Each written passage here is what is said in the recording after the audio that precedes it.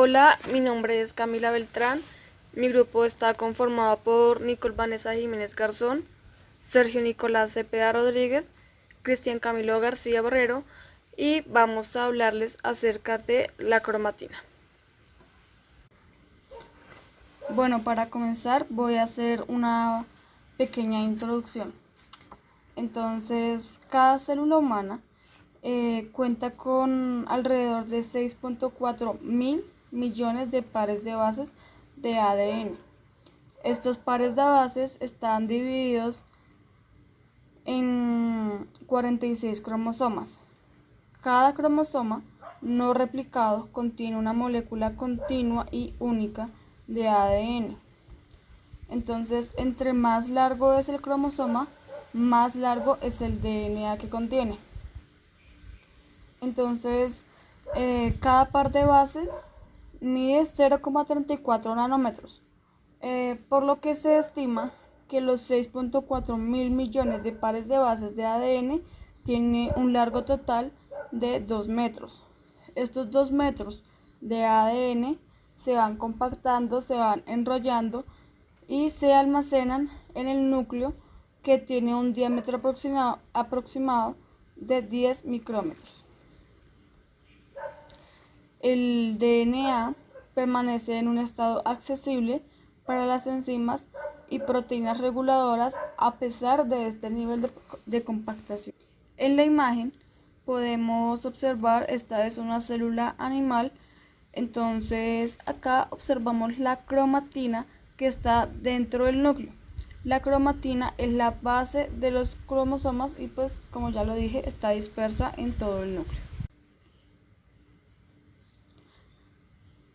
La cromatina es el conjunto de ADN y proteínas que se encuentra en el núcleo de las células eucariotas. Este material nucleoproteico constituye el cromosoma eucariótico.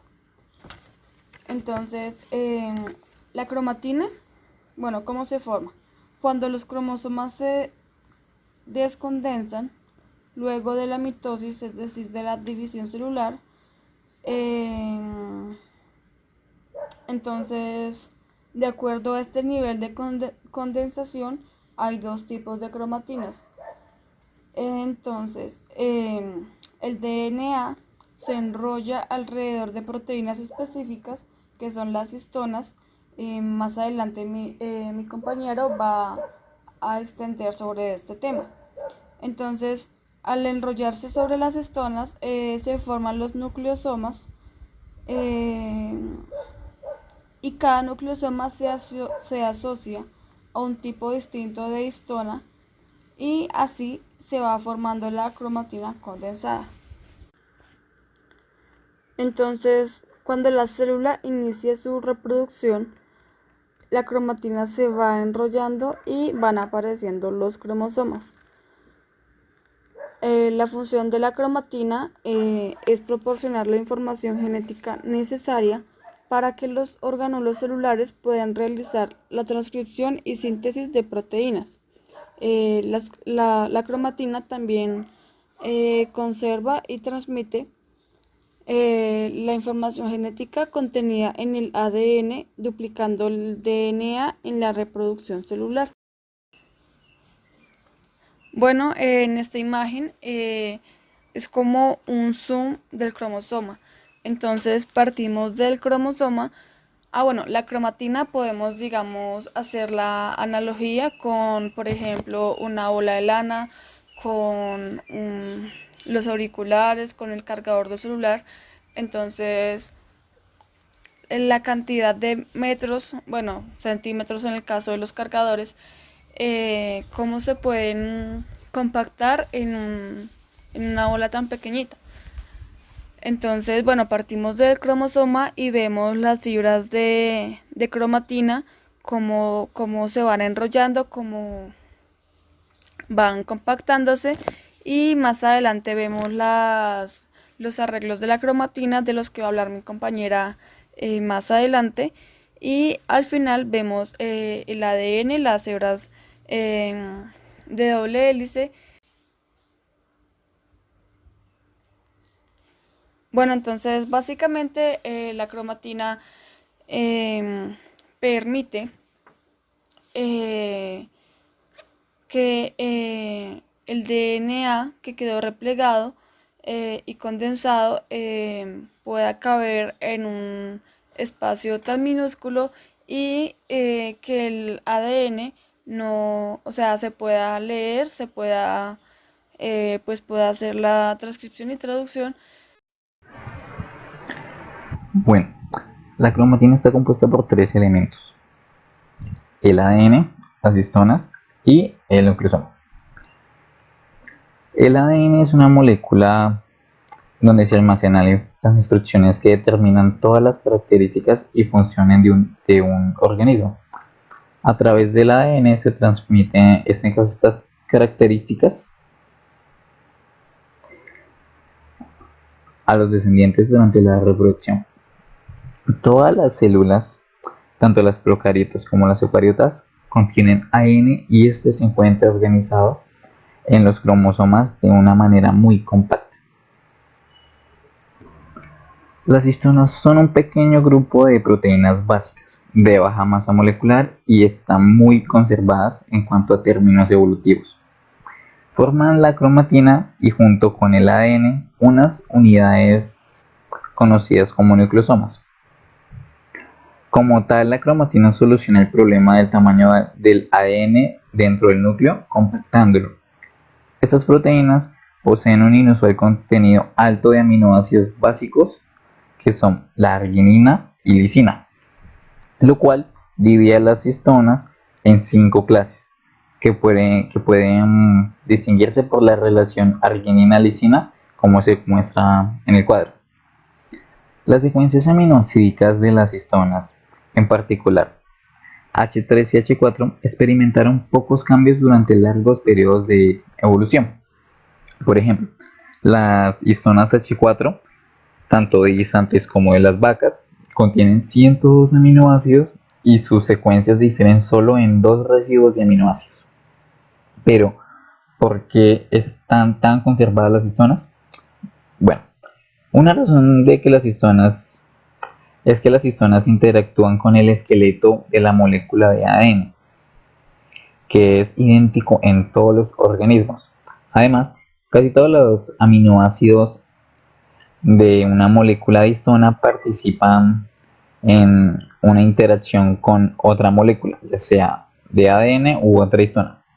Como resultado, muy pocos aminoácidos de una histona pueden reemplazarse con otros aminoácidos sin afectar de manera significativa la función de la proteína. Aunque por muchos años se pensó que las histonas eran moléculas estructurales inertes, estas pequeñas proteínas tienen funciones de gran importancia en la determinación de la actividad del ADN, con lo que se relaciona y presentan varias funciones específicas, como digamos en el caso de la histona H3, así como se puede ver en el cuadro.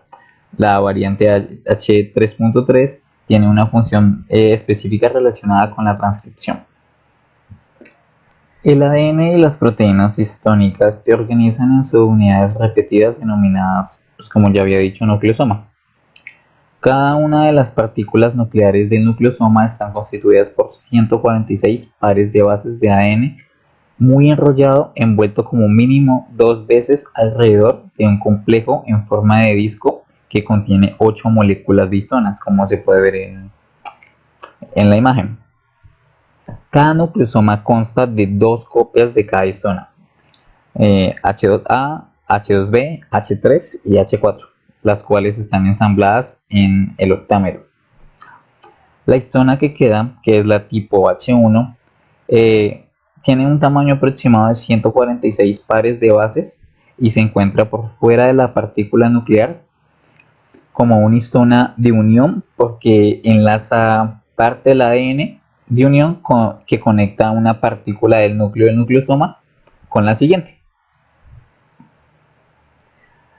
Las moléculas de histona H1 pueden retirarse de manera selectiva de las fibras de cromatina mediante el tratamiento de una solución de fuerzas iónicas bajas.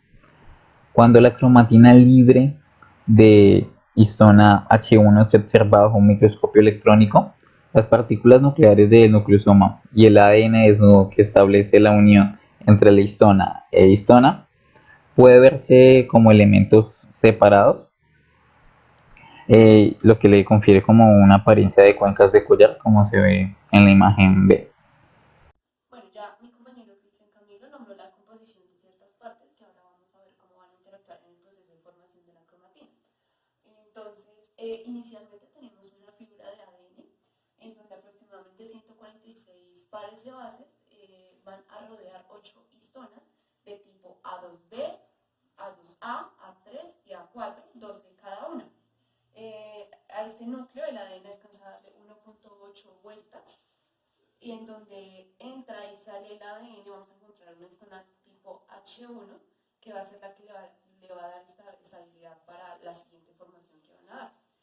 Entonces, esta formación se llama nucleosomas de aproximadamente 10 nanómetros de ancho.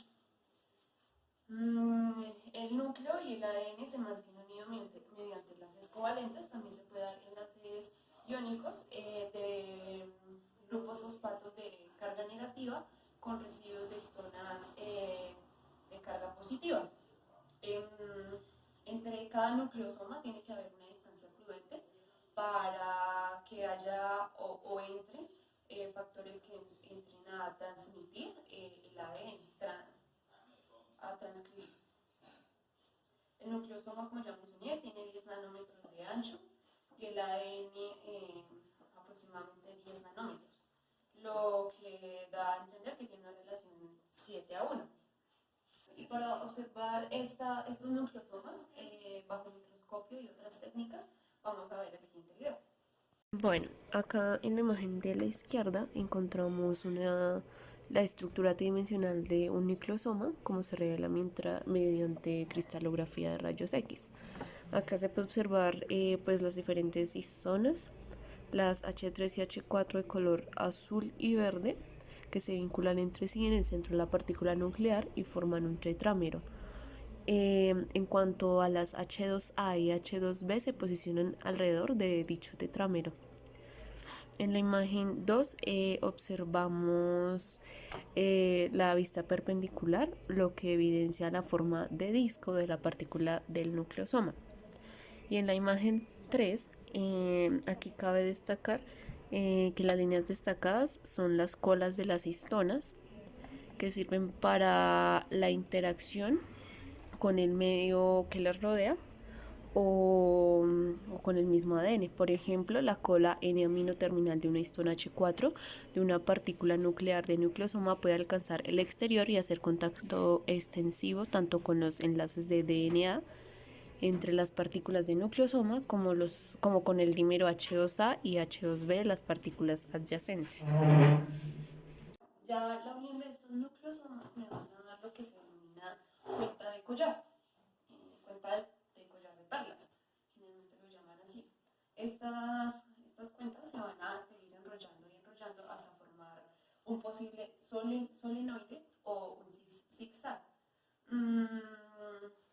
Esto se puede observar mediante la liberación de la cromatina del núcleo y se prepara mediante el uso de fuerzas iónicas y fisiológicas, como lo vamos a observar en el siguiente video.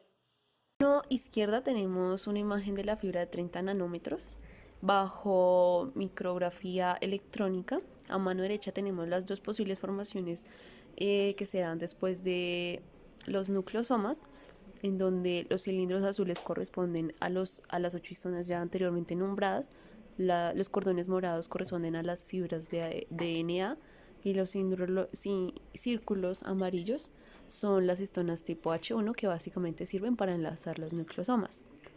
Entonces, en cuanto al modelo de zigzag, el DNA de unión se encuentra en un estado extendido recto que salta alternativamente entre partículas centrales consecutivas que se organizan en pilas adyacentes de nucleosomas.